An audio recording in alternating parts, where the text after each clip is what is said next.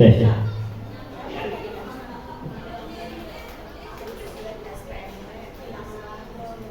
Tes. Tes. Tes. Kayak gitu tuh ya. Masuk nggak sih ya? Coba coba. Assalamualaikum warahmatullahi wabarakatuh. Selamat siang, terima kasih ibu-ibu, bunda-bunda yang sudah hadir. Ini nggak ada bapaknya, masih sehat tuh? Sehat walafiat tentunya ya. Izin atas kehadiran ibu-ibu yang sudah hadir di kelas 1B ini, saya minta bantuannya untuk definisi tentang budaya positif. Waktunya cukup lumayan ya. Semoga ini menjadi kenang-kenangan kita bersama tentang guru bergerak sebelum yang bergerak bisa tergerak kembali.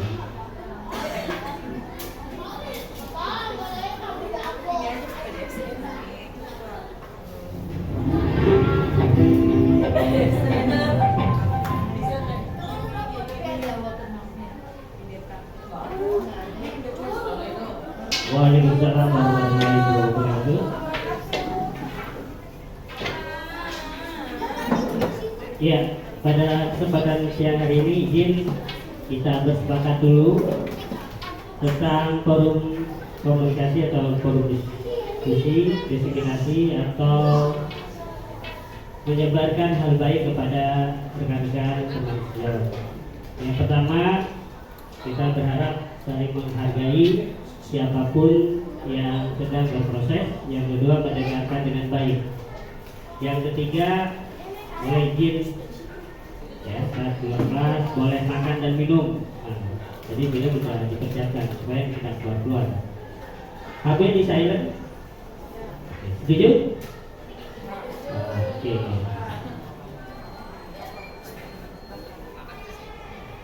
Nah, ini aksi nyata modul 1.4 tentang budaya positif, diskriminasi, menyebarkan pemahaman dan pengalaman penerapan budaya positif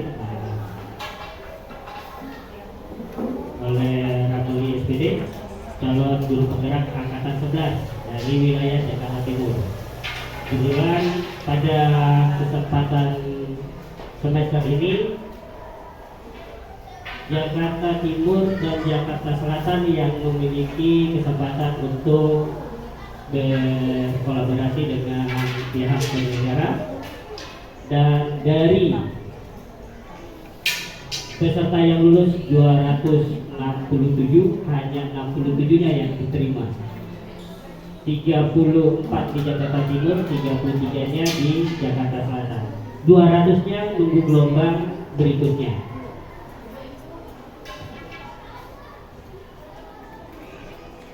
Nah, profil guru penggerak saya sebagai peserta, pengajar praktik saya Pak Bambang, dan fasilitator saya adalah Ibu Kurnia Astuti. Kebetulan pada jam dan hari yang sama sebenarnya saya juga harus ruang kolaborasi presentasi di daring. Dan sudah izin, tetap masuk. Semoga presentasi siang ini yang lagi roll call tidak masuk ke video saya gitu ya. Agak susah juga kita. Baik, sebelum ke materi kita bergerak sejenak. Saya yakin Yanda dan Bunda mengetahui lirik dan nadanya. Ya, biasa gini. Tangan ke atas, tangan di depan, ikan tangan di samping, burung yang terbang, tangan di pinggang, kaki bergerak. Kita ubah ya, kita ubah. Biasanya untuk doa, kita untuk test reading di dalam kelas. Yuk, nanti semakin cepat ya. Nadanya tangan di atas, bertepuk tangan, tangan di depan, ikan berenang, tangan di samping, burung yang terbang, tangan di pinggang, kaki yang bergerak. Yuk, 1, 2, 3. tangan di atas bertepuk tangan, tangan ke depan ikan berenang, tangan ke samping guru yang terbang, tangan di pinggang kaki berderang. Yuk, tangan di atas bertepuk tangan, tangan ke depan ikan berenang, tangan ke samping burung yang terbang, tangan di pinggang kaki berderang. Tangan ke atas, tangan ke depan ikan berenang, tangan ke samping burung yang terbang, tangan di pinggang kaki berderang. Ya, tepuk tangan bagi teman-teman. Semoga sudah fokus pada materinya. Oke, latar belakang tentang budaya positif. Ya, di sini catat bahwa suasana positif sangat mendukung dalam menciptakan pembelajaran yang kondusif. Jadi kalau suasananya negatif, terus nuansanya juga udah tidak nyaman, tentu kita belajar juga tidak kondusif. Ya, karena dengan suasana yang positif, murid dan guru akan menemukan suatu kondisi pembelajaran yang menyenangkan. Jadi kalau pagi-pagi sudah dari rumah bad moodnya negatif, wah, siswanya udah pengen positif, gurunya bad mood, jadi nggak menyenangkan juga. Gurunya udah positif, suasana kelasnya tidak kondusif, tidak menyenangkan juga. Sehingga proses pembelajaran dapat berjalan tanpa adanya suatu beban atau paksaan, tetapi menjadi suatu kebutuhan. Kita mulai menciptakan hal-hal yang demikian dalam proses pembelajaran. Suasana positif juga membantu menggerakkan moral positif bagi murid. Sehingga tadi yang disampaikan oleh pembina upacara, gitu kan, jangan sampai sesuatu yang tidak penting, ya, mengkondisikan situasional kondisi perasaan. Contohnya tadi sudah dikasih contoh, si A menyebutkan nama bapaknya, rasanya nggak enak juga ya, kenapa nggak jadi bapaknya aja gitu? Atau dia jadi orang tua murid untuk yang menyebutkan nama orang tua tersebut. Dan ini sudah mengakar dari dulu. Dari zaman satu sekolah juga gitu, sering ejek juga sih. Bapak lu botak gitu kan. Nah itu suasana menyenangkan gitu. Sehingga karakter murid tidak hanya terbentuk dari akademik atau intelektualnya saja, tetapi juga dari lingkungan yang ada. Ini latar belakang kenapa kita harus mempersiapkan atau menciptakan suasana yang positif. Lanjut.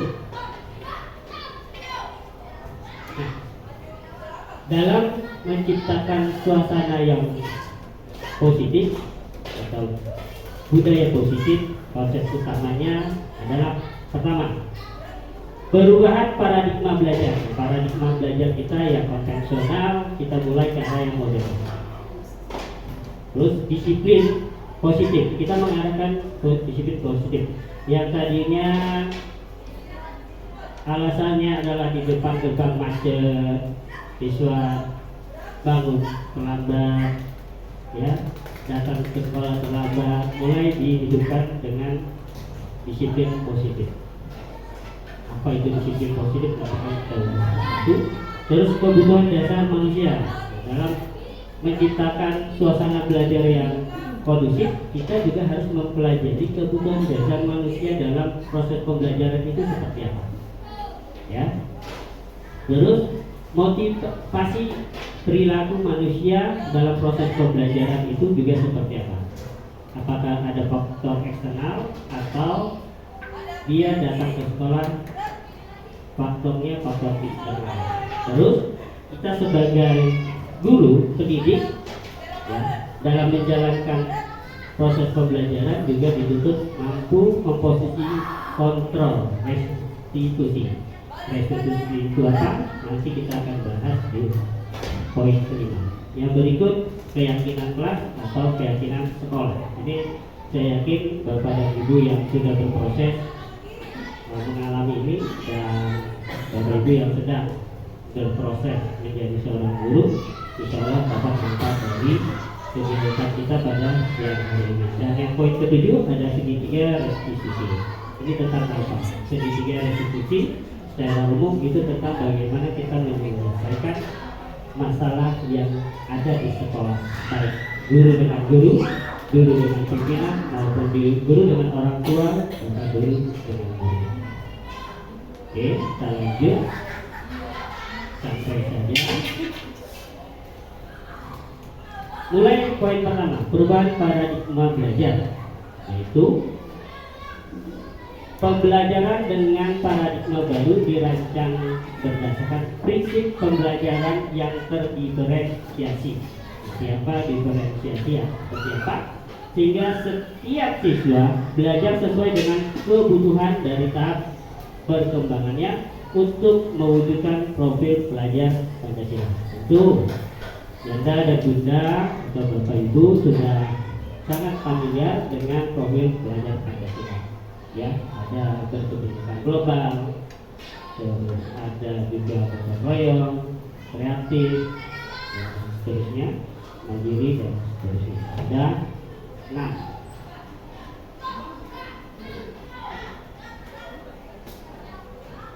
Nah, kita masuk kepada disiplin positif. Tentang disiplin, apa arti disiplin? Kira-kira disiplin positif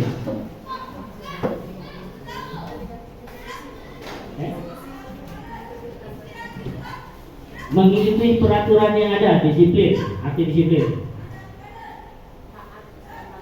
taat peraturan,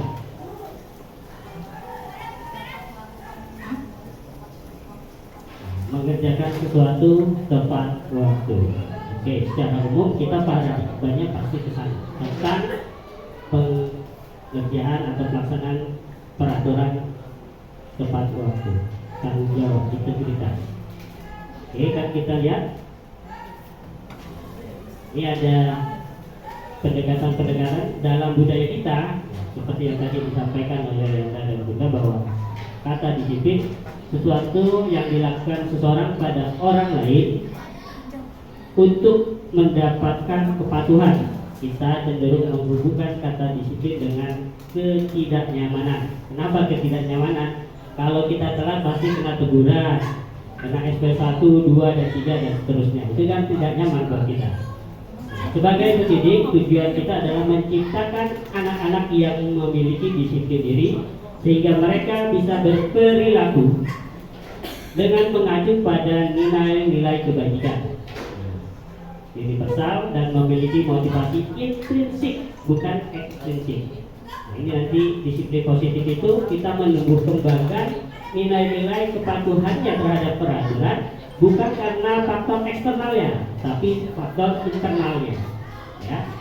Disiplin positif adalah merupakan salah satu cara penerapan disiplin yang bertujuan untuk menumbuhkan kesadaran serta memberdayakan anak untuk melakukan sesuatu tanpa paksaan, ancaman, dan hukuman. Jadi ini yang harus kita mulai berproses, memindahkan dari tadi kita datang karena faktor eksternal, adanya hadiah dan sebagainya, kita dituntut untuk menciptakan perilaku peserta didik kita datang ke sekolah itu bukan karena nanti dapat pujian dari temannya, datang tepat waktu dan sebagainya, tetapi karena keingin tahuan dia untuk belajar dan kesadaran dia untuk belajar dengan baik. Nah, lanjut kepada kebutuhan dasar manusia dalam proses pembelajaran. Ternyata kebutuhan dasar manusia dalam proses pembelajaran yaitu bertahan hidup. Bertahan hidup ya. Nah, berikutnya kasih sayang dan rasa diterima. Yang berikutnya penguasaan, yang keempat kebebasan, dan yang kelima Yanda dan Bunda pernah melihat anak-anak kita, peserta didik kita tiba-tiba berantem. Nah ini kita bisa petakan butuhnya apa dia. Apakah dia berantem karena mempertahankan rebutan makanan? Kan betul butuh bertahan itu karena atau dia berantem karena penguasaan. Nih, menunjukkan bahwa saya paling hebat, paling jagoan di sekolah ini. Nanti dia butuh perhatian bahwa dia adalah seorang yang perlu ditakuti. Atau dia sering jahit ke teman ceweknya. Nah itu kita tanya, kita petakan, dia ngapain sih? Atau dia tidak diterima di kelompok A, B, C, dia hanya sendiri terus. Nah itu kita harus tanya, angkat apa? Kenapa kamu sendiri? Kenapa kamu tidak bisa gabung? Jadi dia perlu suasana yang ingin diakui. Nah itu nanti kita benar-benar bisa melihat menciptakan suasana hati, keinginan peserta didik kita. Jangan digeneralisasi bahwa dia melakukan itu pasti nakal. Tidak, lihat, gali potensinya, kesenangan. Nah ini juga jangan sampai dia jahil karena dia senang gitu melakukan sesuatu. Tanya paling dalamnya apa dia butuhnya. Contoh, murid kita namanya Fabian, masih itu Fabian, ya, anak floorball, 2 semester aman, semester kedua akhir mau kenaikan kelas, ibunya datang ke saya, alumni ya, bukan saya kan, saya udah masih di SD, sekarang anaknya udah alumni, datang ke saya minta bantuan karena anaknya mangkir dari sekolah sejak dia sakit kulitnya sembuh, anaknya tidak masuk, akhirnya sekolah datang 3 kali, baru saya datang ke rumahnya karena minta bantuan, saya datang, saya pikir rumahnya dekat sini, tahunya rumahnya di Klender Sono. Ibunya bolak balik, pertama saya bilang ibu dulu yang melaksanakan pendekatan, nggak bisa Pak, ya sudah, balik lagi, datang jam 9, balik lagi jam 11 kan. Saya pikir lagi berproses, ternyata perjalanannya jauh. Saya datang ke rumahnya bersama ibunya. Ternyata tuh rumah dikunci sama dia, karena tahu parahnya mau datang, dia kunci. Nunggu 10 menit baru dia buka. Baru saya komunikasi, apa masalahmu, apakah ada yang menjahili di sekolah atau bagaimana? Tidak, jujur, keinginanmu apa? Ternyata dia termotivasi prinsip. Teman-temannya punya stick baru, punya sepatu baru, punya sepatu yang layak, dia nggak punya. Memang rata-rata anak kita di bagian ekonomi ada. Saya tanya apa kebutuhannya apa? Saya coba melengkapi kebutuhannya. Baru saya antar ke sekolah. Saya tanya pihak sekolah, sekolah udah berbuat apa terhadap anak didik saya? Saya udah ini Pak, yang namanya pihak sekolah datang ke rumah itu kalau nggak di treatment, jangan dianggap sudah men-treatment. Kalau permasalahannya gimana Pak? Kalau anak saya kembali tidak sekolah, itu habis 3 untuk ujian akhir kenaikan kelas. Telepon saya buat pernyataan, pengennya sekolah langsung punya punishment dikeluarkan. Saya tidak. Saya bilang, jika anak saya melakukan hal yang sama, tolong komunikasikan dengan saya. Kaget tuh pihak sekolah, kok dikomunikasikan? Iya, karena kita tidak ingin memvonis anak itu bersalah. Tapi sebagaimana kita sebagai penyelenggara, orang tua di sekolah, anak ini kita tuntut dan kita bimbing untuk kembali ke positif, sesuai dengan dihajar Dewan. dan selalu berkesinambungan materi. Jadi disiplin positif itu kita mengangkat hal-hal yang positif dari dalam. Kita lanjut ke pertanyaan pemantiknya. Motivasi kita datang ke sekolah itu tepat waktu karena apa? Yang kedua, sebagai seorang pendidik, saat kita perlu hadir di suatu pelatihan, motivasi apa yang mendasari tindakan kita? Yuk, siapa? Bu. Nih, yang pertama dulu apa? Hadir sekolah. Tadi diundang, ya kan? Apa karena undangan? Oke lah, undangan sebagai dasar utama. Tapi pengen tahu atau tidak? Nah, itu kan. Yang berikutnya, ya, hadir pelatihan motivasinya apa? Undangan. Yang kedua, saya ingin tahu kalau bapak ibu guru yang sering dapat materi ini, pasti motivasinya ingin menguatkan. Kalau yang belum, pastinya ingin mengetahui. Caranya juga. Kita lanjut.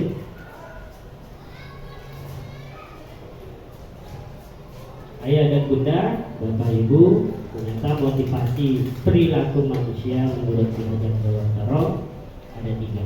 Yang pertama, menghindari ketidaknyamanan akan hukuman. Seperti yang tadi saya sampaikan, datang sekolah supaya jangan kena teguran. Yang berikutnya, melibatkan imbalan biasa kebanyakan habis pramuka kayak gitu. Imbalan atau penghargaan dari orang lain, bisa dari kepala sekolah, bisa dari teman sejawat, ya, datang dapat pujian, keren, datang tepat waktu terus, atau karena faktor lain supaya tidak terjebak macet dan sebagainya.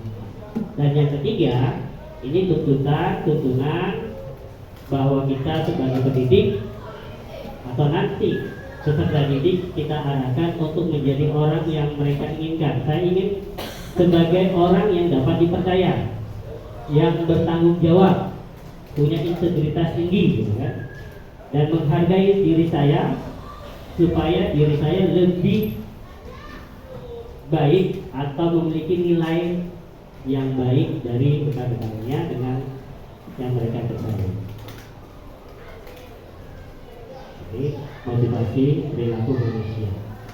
Ya. Nah, harapannya yang ketiga, kita diarahkan untuk mampu menghargai diri sendiri, sehingga orang lain percaya bahwa kita bertanggung jawab. Baik, tentang materi berikutnya, konsep disiplin dengan identitas tunggal. Jadi ada beberapa konsep disiplin. Yang pertama identitas gagal, yang kedua tentunya identitas sukses. Kalau habis gagal pasti sukses. Nah, ini ada 2 di identitas gagal, bahwa ketika kita tidak menjalankan peraturan yang sudah diterapkan, tentunya kita dapat hukuman, dan hukuman itu pasti menyakitkan, ya kan?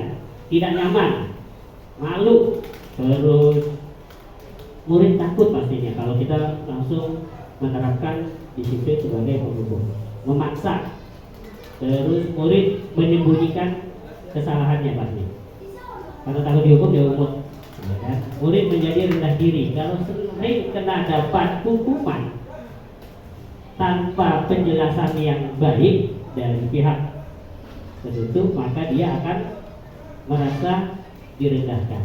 Akhirnya dia minder, hukum lagi. Ya. Padahal kita nggak tahu dia datang telat itu karena apa, kita tidak menggali. Prinsipnya kita tidak menggali, motivasi dalam dirinya tidak menggali. Yang berikut, konsep disiplin dengan identitas gagal, yaitu tentang penghargaan.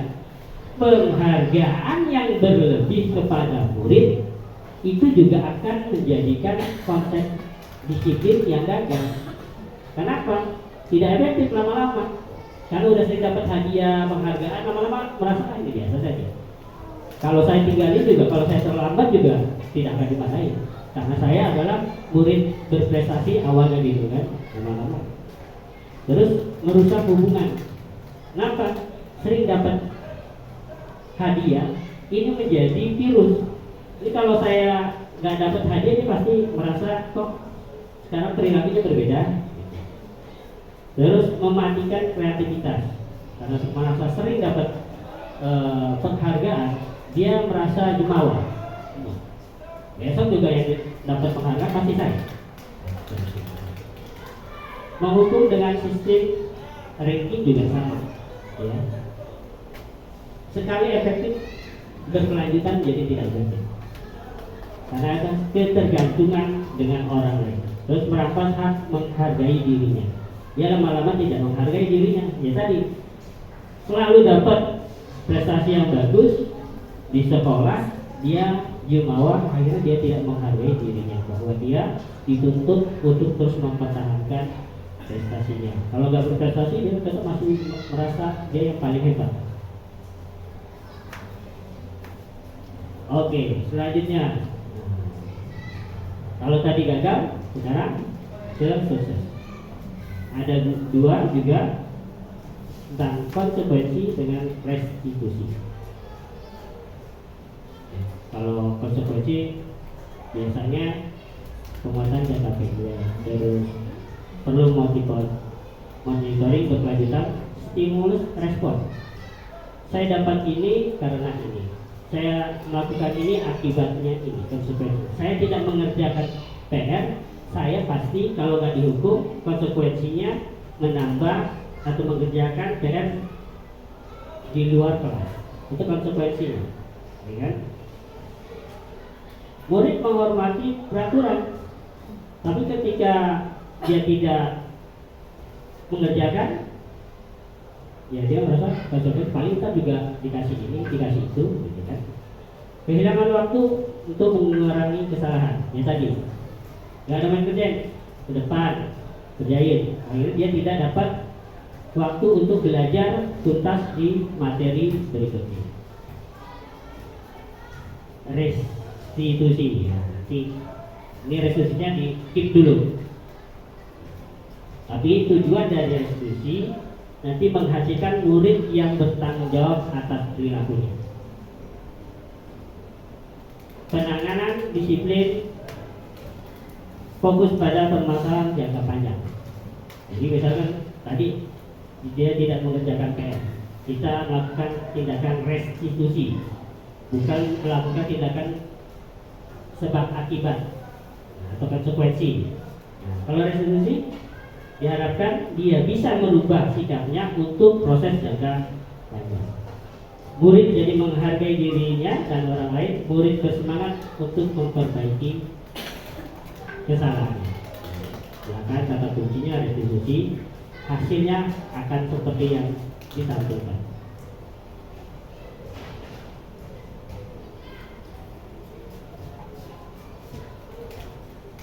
Konsep disiplin pendekatan restitusi. Sebuah cara menanamkan disiplin positif pada murid. Itu proses menciptakan kondisi bagi murid untuk memperbaiki kesalahan mereka, sehingga mereka bisa kembali pada kelompok mereka dengan karakter yang lebih kuat. Tadi saya bilang, kalau kita menangani peserta didik dengan cara menggali apa yang dia lakukan tersebut, apakah karena orang lain atau dari dalam dirinya, kita gali potensinya, kita gali permasalahan, kita kuatkan keyakinannya apa yang dia lakukan benar atau tidak. Ciri-cirinya bukan menebus kesalahan, tapi belajar dari kesalahan. Memperbaiki hubungan. Yang tadi mereka berkelahi, berantem, tidak hubungannya tidak baik, kita pendekatan dengan cara-cara menuntut, melihat ke dalam dirinya. Kenapa sih kamu tidak suka sama si A? Apa sih? Apakah dia suka minjem duit sama kamu? Atau karena dia merasa gak nyaman dengan kamu, gak nyamannya dengan kamu? Kenapa? Apakah kamu juga sering jahil sama dia. Nah, itu dia dicari benar-benar permasalahan yang dihadapi oleh anak tersebut. Mencari bulan dasar yang dasar tindakannya adalah fokus pada karakter bukan pada tindakan, dan menguatkan fokus pada solusi. Jadi kita tidak menyalahkan tindakan anak, tapi kita akan carikan solusinya seperti apa dia menerapkan hasil komunikasi atau tuntunan dari Bapak Ibu guru.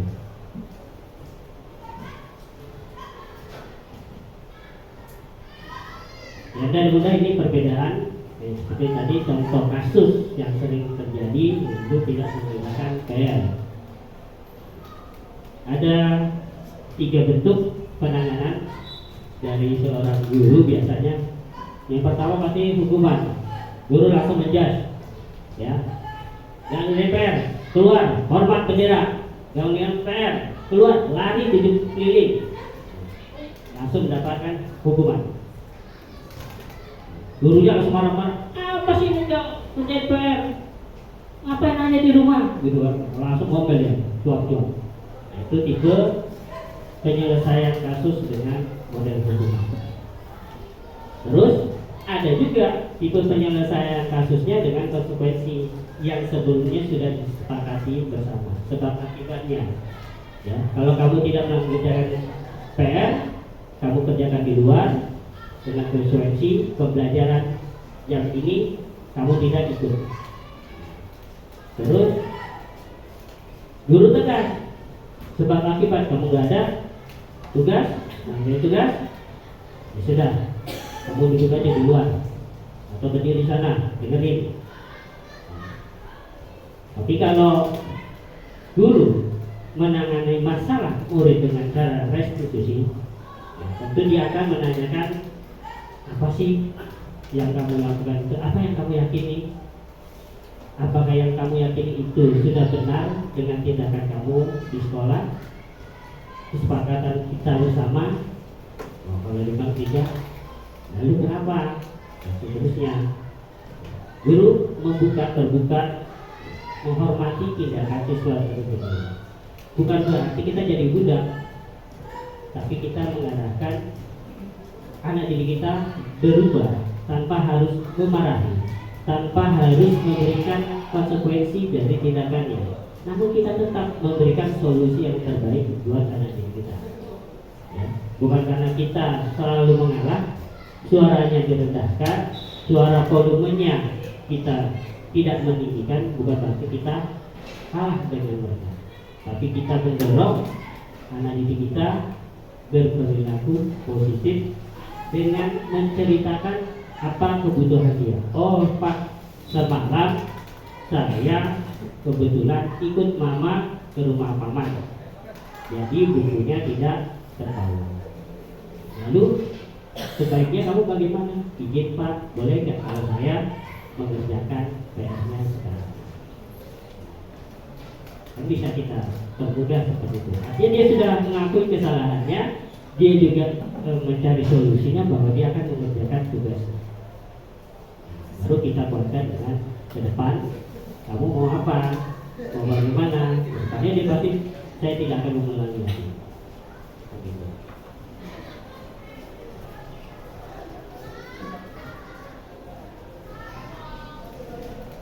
Nah, kita sebagai guru juga memiliki kontrol. Jadi, ya, di sini ada 5. Apa kita sebagai guru diposisikan sebagai penghukum, pembuat merasa bersalah, teman, pemantau, atau manajer? Kita bahas satu-satu. Tadi penghukum sudah pasti jelas, sudah disampaikan ciri-cirinya, anak bersalah langsung hukum. Ya, pembuat merasa bersalah, kita komunikasikan, kita tanyakan sehingga dia merasa, oh iya, apa yang saya lakukan adalah salah. Jadi kita tidur orang atau guru yang mengkontrol perilaku siswa dengan cara dia merasa bersalah akibat tindakannya. Juga teman pemantau pun manajer bisa lanjutkan. Kelihatan nggak? Jadi motivasi ada dua ternyata, motivasi eksternal dan motivasi intrinsik atau internal. Ya, kalau motivasi eksternal pasti ada konsep perilaku kontrol negatif, yaitu penghukum, membuat orang merasa bersalah. Tapi kalau hasilnya sukses, perilaku kontrol positif, dia juga bisa sebagai teman, pemantau, atau kontrol diri sebagai manajer. Contohnya gimana? Kalau kita guru berbuat, pasti dia bilang menghakimi langsung, ya, menyakiti, menyindir. Kalau membuat merasa bersalah, ya pasti dia akan berceramah, ngoceh kanan kiri, sehingga dia mengutarakan, ya, kekecewaannya terhadap perilaku muridnya. Kalau teman membuat alasan-alasan untuk murid-muridnya, jangan kayak gitu banget, ya. Kita sama-sama ngobrol berarti, kita ajak satu-satu. Ya. Pemantau, nah ini by data. Peraturannya begini, kalau kamu salah, kamu kan dikurangi nilai poinnya, itu by data. Ya. Jadi anak sudah tahu, ya, kalau saya nggak masuk satu semester 7 kali, berarti saya kena hukuman, posisi nilai saya harusnya 90 menjadi 80. Nah, hukuman, by data. Tapi kalau sebagai manajer, dia selalu komunikasi kepada peserta didiknya, kenapa kamu begitu, mengapa begini, apa yang kamu inginkan, dan seterusnya. Dan itu perbuatan. Jadi kalau model pertanyaannya atau berkata, kamu tidak melakukan, saya akan hukum. Kamu sudah menyampaikan Bapak Ibu, itu ucapan verbal, terus. Lalu hasilnya dari dua berbuat dan berkata atau perilaku dan perkataan, hasilnya anak cenderung memberontak, selalu kena salah terus, ya. Karena tidak digali. Saya salahnya apa? Kok nggak ditanya? Tiba-tiba dihukum. Akhirnya anak kan berontak. Di rumah juga kayak gitu. Anak ternyata lagi main sama kakaknya. Karena sering jahil dia, ayah bundanya pasti ponis, kamu yang salah. Padahal yang jahil sekarang dibalik, kakaknya yang jahil. Karena adiknya yang jahil, kan dibalik. Tanpa mengkonfirmasi permasalahannya, langsung jas. Terus siswa atau anak juga akan, kalau ada yang berbuat salah, dia akan selalu menyembunyikan permasalahan, pendiam dan sebagainya, ngumpet. Kalau perilaku sebagai teman, peserta didik menganggap kita ya temannya, ketergantungan kepada kita, ntar juga dibelain. Padahal tidak. Ya, kalau yang pemantau, dia akan menyesuaikan. Oh ya, saya tahu nih peraturannya. Ambil setelahnya dia, karena dia tahu peraturan. Udah, setelah yang bisa dimainkan, dia akan main di situ. Ya. Tapi kalau diterapkan perilaku kontrol peserta didik dengan manajer, posisi sebagai manajer, dia akan merasa dikuatkan dan dihargai. Karena dikomunikasikan dua arah, bukan satu arah, dua arah, dan seterusnya. Sehingga dia merasa dihargai. Walaupun dia berbuat salah, dia pasti ditanya, dihargai, diposisikan untuk tidak sebagai terhukum.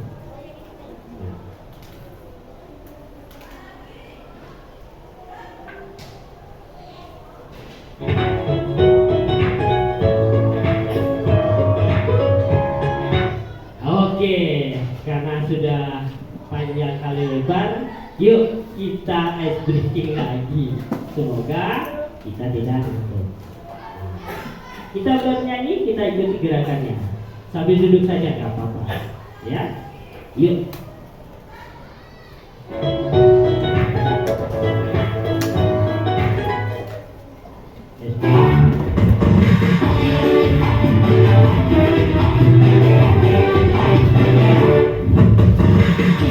Kita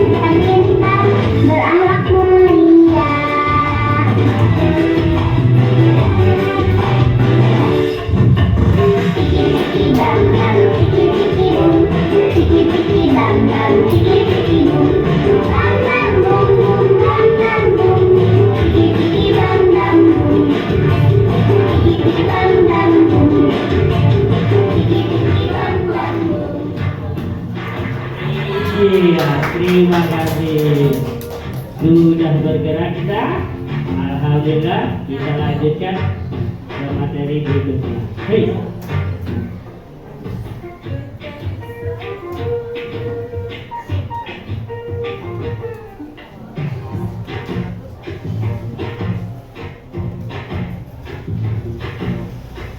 Keyakinan kelas yang dari ucap tentu biasanya di awal pertemuan pasti melakukan persepsi, asesmen, dan membuat kesepakatan bersama atau keyakinan kelas.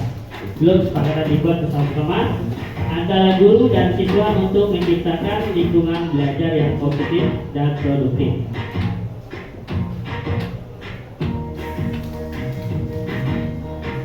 Bagaimana pembentukan keyakinan kelas?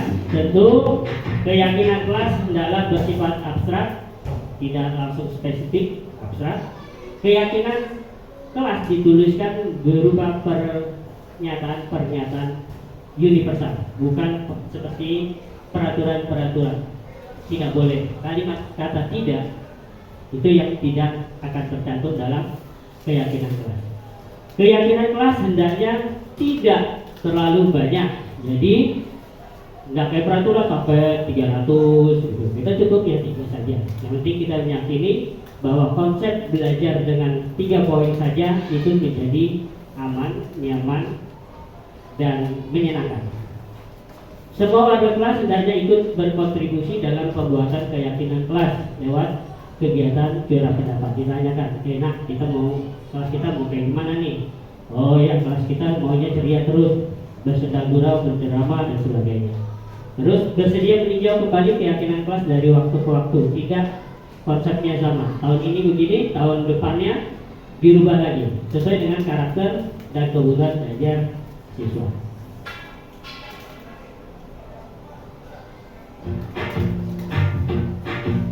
Nah, ini dokumentasi aksi nyata yang proses kegiatan pembuatan kelas. Nah, kita adakan diskusi, kesepakatan bersama. Kita bagikan post-it-nya supaya mereka mencatat curah pendapatnya, membuat aturan, ya. Dari peraturan nanti kita ubah jadi keyakinan kelas, ya. Tempel satu-satu ke depan, ya. Terus baru bersama guru membahas antara peraturan yang dibuat oleh siswa, kita ubah dari negatif ke positif dengan keyakinan kelas. Terus siswa dan guru membuat kesepakatan kelas, ya, dalam bentuk kalimat positif, ya. Terus siswa sama guru membuat perjanjian untuk terjadi untuk melaksanakan keyakinan kelas. Boleh seperti itu, boleh dalam tulisan, ya, tempel keyakinan kelas. Misalkan saya olahraga, keyakinan kelasnya kalau berolahraga, ya, menggunakan sepatu olahraga, ya, seterusnya dan seterusnya. Salah satu contoh seperti itu. Restitusi. Nah, tadi ada kalimat restitusi, kita kunci tadi, ya. Proses menciptakan kondisi bagi murid untuk memperbaiki kesalahan mereka sehingga mereka bisa kembali pada kelompok mereka dengan karakter yang lebih kuat. Itu menurut dosen, ya, tahun 2004. Jadi kita menggali akar masalah ketika siswa atau peserta didik kita melakukan yang tidak sesuai dengan kesepakatan kelas. Jadi ada segitiga restitusi. Yang pertama, menstabilkan identitas, tidak langsung menyalahkan siswa. Semua pernah melakukan kesalahan. Jadi kalau ada siswa kita berbuat salah, misalkan berantem, bisa saja dalam bahasa yang sederhana, nah, apa yang kamu lakukan bukan kamu doang, kamu juga, bapak juga ada pernah lo gitu, di sekolah juga berantem. Dengan menstabilkan masalahnya dia, udah dapat, dia mengakui dia merasa, oh iya, diakui kesalahannya sama dia. Terus kita validasi tidak ada yang salah dengan alasan. Nah, tapi apa yang kamu lakukan itu tidak baik, gitu kan? Kalau sudah tidak baik, apa sih yang kamu butuhkan? Kebutuhan kamu apa? Oh, saya ingin diakui di kelompok saya. ingin dihargai, ingin dikasih sayang. Saya melakukan itu karena saya lapar, saya rebutan makanan, berarti dia butuh makanan dan sebagainya. Baru kita yakinkan apa sih tindakan yang kamu itu benar tidak? Enggak sih Pak, apa yang saya lakukan tidak benar. Lalu kedepannya kamu apa? Mau sebagai apa? Kedepannya akan saya tidak melakukan yang salah. Itu contoh dari kalimat penanganan. Nah ini sama. Dalam aksi nyata kita juga ada kasusnya. Fatimah nih. Fatimah melakukan tuh dari olahraga, yang lain berdiri, dia mempraktekkan lempar tangkap bola sambil tiduran. Saya lagi mikirin tuh, ini gimana dia gitu. Ada di kasusnya langsung. Baru kita tangani. Panggil, kita ajak bicara, ngobrol.